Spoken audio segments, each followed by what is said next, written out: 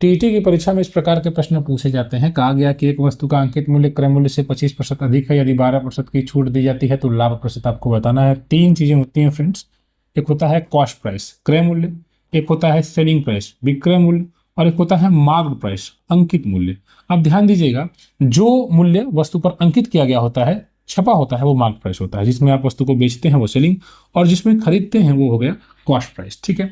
अब कहा गया कि अंकित मूल्य क्रय मूल्य से 25% अधिक है, तो 25% का मतलब क्या होता है आप जानते हैं, 25/100 यानी 100 पर 25 अधिक है। यानी क्रय मूल्य अगर 100 होगा तो जो अंकित मूल्य होगा वो 25 अधिक होगा, तो वो 125 हो जाएगा, 125 हो जाएगा, 25 अधिक हो गया। अब कहा जा रहा है कि 12% की छूट दी जा रही है। छूट हमेशा अंकित मूल्य पर दी जाती है। टीवी वगैरह में ऐड आपने देखा होगा तो उसमें लिखा रहता है कि इतना इसका मूल्य है, लेकिन हम इस पर छूट दे रहे हैं, तो वो आपको छूट अंकित मूल्य पर देते हैं। तो 12% की छूट है, तो 125 का 12% आपको निकालना है।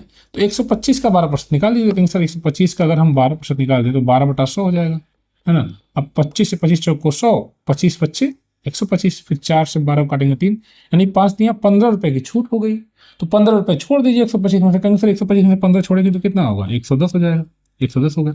अब आपसे पूछा लाभ प्रतिशत बताइए, तो भाई देखिए लाभ कितना कमा रहे हैं आप, तो 100 रुपए खरीदा और 110 में बेचा, तो 10 रुपए का लाभ कमा रहे हैं। कितने का, 10 रुपए का। 10 का लाभ किस पर, 100 पर। तो कोई चीज 100 पर तो प्रतिशत होती है, तो इसको कह देंगे आप 10% का लाभ कमाया, जो कि विकल्प संख्या ए में दिया गया है। इतनी आसानी से आपने इस सवाल को लगा दिया। यूपीटीटी की तैयारी करते हैं तो चैनल को सब्सक्राइब करें। धन्यवाद।